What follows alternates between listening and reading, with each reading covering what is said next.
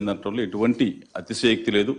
మీరు మీ చల్లని దీవెనలు, మీ మనసు, మీ వెన్నలాంటి మనసు అంటే సాధ్యం ఎవరికి సాధ్యం కాదన్న. ఎవరిస్తారు?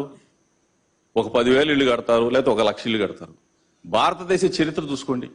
భారతదేశ చరిత్రలో ఏ రాష్ట్రంలో అయినా సరే 31 లక్షల మంది అక్క చెల్లెమ్మలకి ఇళ్ల స్థలాలు ఇచ్చి 22 లక్షల ఇళ్ల నిర్మాణాలు శరవేగంగా జరుగుతూ ఇప్పటికే 9 లక్షల ఇళ్ల నిర్మాణం జరిగి అక్క చెల్లెమ్మలు పిల్ల పాపలతో వెళ్ళి జయహో జగనన్న అని చెప్పేసి సంతోషంగా వాళ్ళు ముచ్చట పడుతూ మీ పేరు, మీ అడ్రస్ అంటే గుండెల్లో చిరస్థాయిగా నిలుపుకున్నారంటే మీకు అంటే ఆ దేవుడు మీకు ఇచ్చిన ఆ మహానీయుడు డాక్టర్ వైఎస్ రాజశేఖర గారు ఇచ్చిన ఒక వరం ఈ రాష్ట్ర ప్రజలకి అని చెప్పేసి మిమ్మల్ని శాశ్వతంగా గుండెల్లో పెట్టుకుంటారు. మీరు ఈ చేసే మహాయజ్ఞానికి, ఈ యజ్ఞం మనం స్టార్ట్ చేసి కూడా 2.5 సంవత్సరాలు అయింది.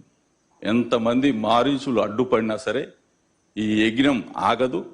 మీరు ఏ విధంగా అయితే 31 లక్షల ఇళ్ల అంటే ఆ రోజు మరి పాదయాత్రలో చెప్పింది 25 లక్షలే అయినా సరే ఈ రోజున 31 లక్షల మందికి ఇళ్ల స్థలాలు ఇచ్చాం.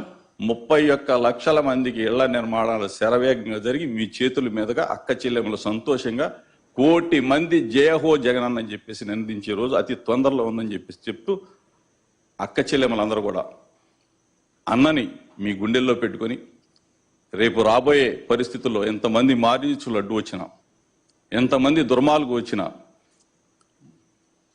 జగనన్న మన సొంతం.